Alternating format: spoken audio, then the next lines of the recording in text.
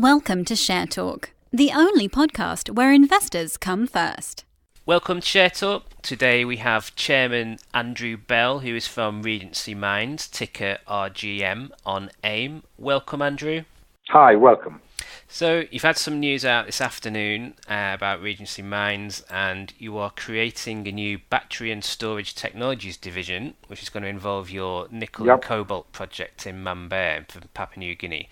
Do you want to just go through the highlights of that, please? Right, highlights. We have a huge resource there.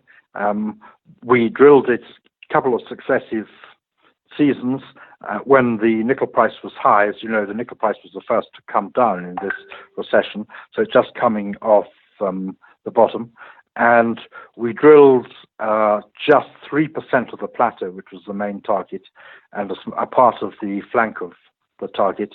And we already came up with a huge resource that is one of the largest in the world of nickel resources.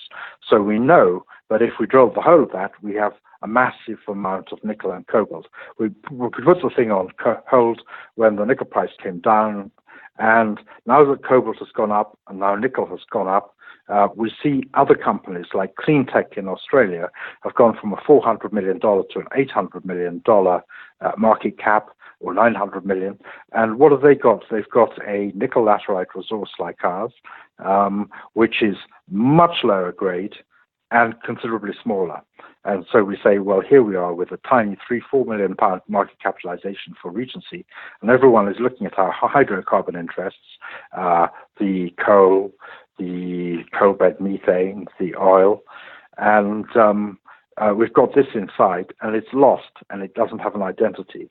And because if in a separate company we can give it an identity, we can create first of all a separate division, and then a separate company, which will act as the spearhead and growth point of that division. So this new company, the ESTEQ Limited, if I'm pronouncing that correctly, ESTEQ. Yeah. So how's that going to benefit Regency shareholders? Sorry. Well, we start off by owning 100% of it, and it will also take one or two little stakes in other things in the battery and electric car energy sector, and that they would look a little out of place in Regency as a whole unless we explained ourselves by creating this division first.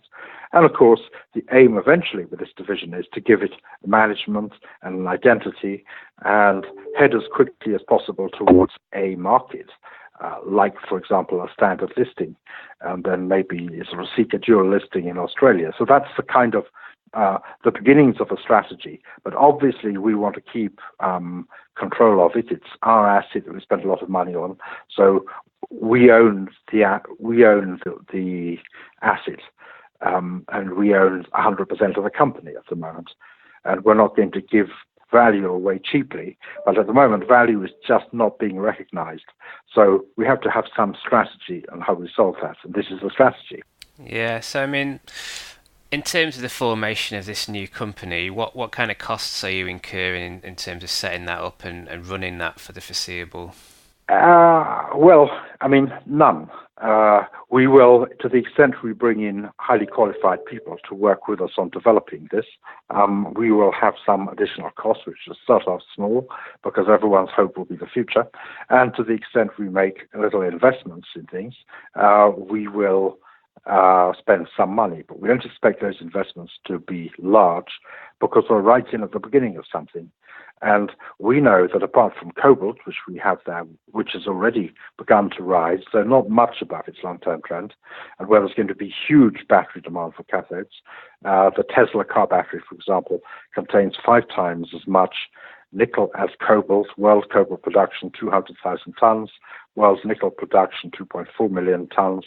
But 65% of that nickel production goes to stainless steel, which is itself growing much faster than forecasts. You're going to have a huge demand for that nickel, and the market hasn't caught up with that yet. But it's the next metal that is going to run. And I think that this electric vehicle story, the car battery story, eventually the storage battery story, is a colossal and important one that is going to dominate metal markets for years to come. And so we have to position ourselves, and we start off in the fantastic position of having a really good asset. Okay, so you've got this new company. What's the next step in actually monetizing this project in Mambare? Well, the next step, I think, will be, first of all, putting together a team and making one or two investments that will complement what we're doing at Mambare. Then we will plan a further exploration development program at Mambare, and that will, to the extent that it's not financed by us and our partners, it may require some external finance. But I would like to think that as people realize the path we're set on and the value that's there, the price of Regency will rise so much that it'll be extremely easy to raise just a little bit of money to do that exploration, the next steps. In other words, we'll be going step by step, but I think Regency is valued at a small percentage of what it could be if people believed that we were going to proactively develop the Mambare asset, get offtake agreements, Chinese partners, move ahead quickly, all those things. And they'll only believe those things if we start to take active steps. Yeah, I mean, will any of the money that you've recently gained from the sale of your UK oil and gas shares be used towards this particular project, or is that set aside for other things like the metallurgical coal? I think that the resources of Regency are not just the money raised from the sale of Horse Hill Development.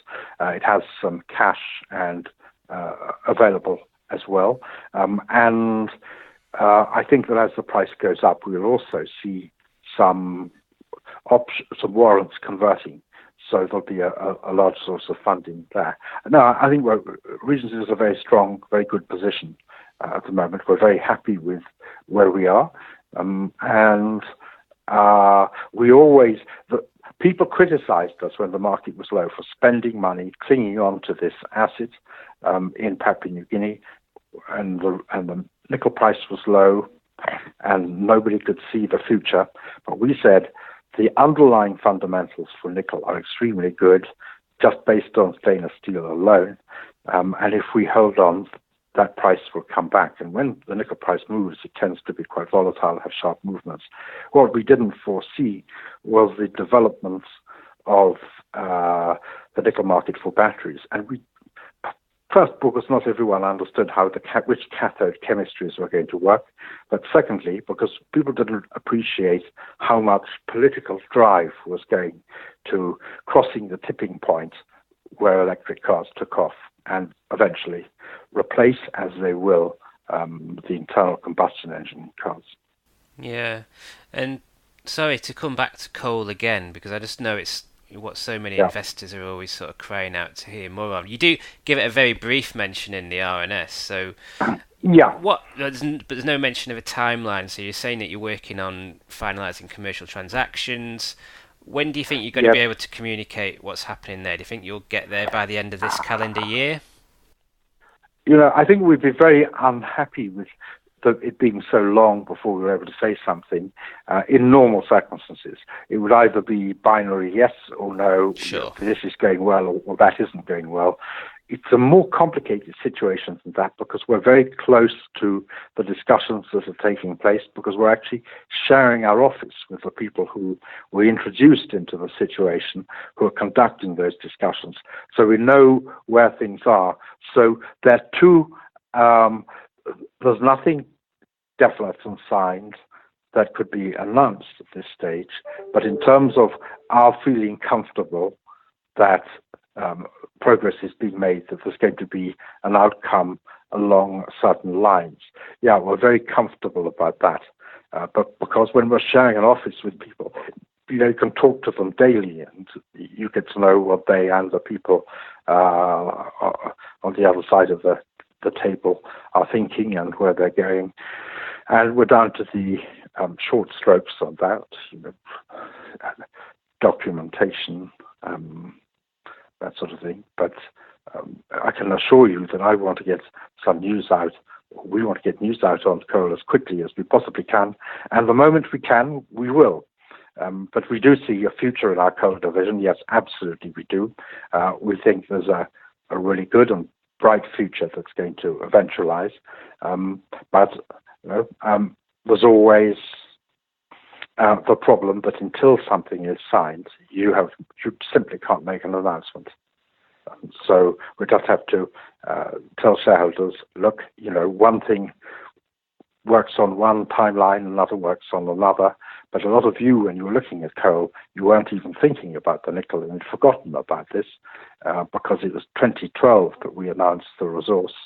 But here we are, and in the last month, the nickel price has started to move. It will continue, I'm sure of that. And so suddenly we're able to make an announcement about the nickel.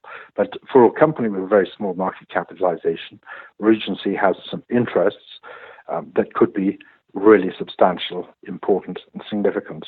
And that's the principle we've always worked on.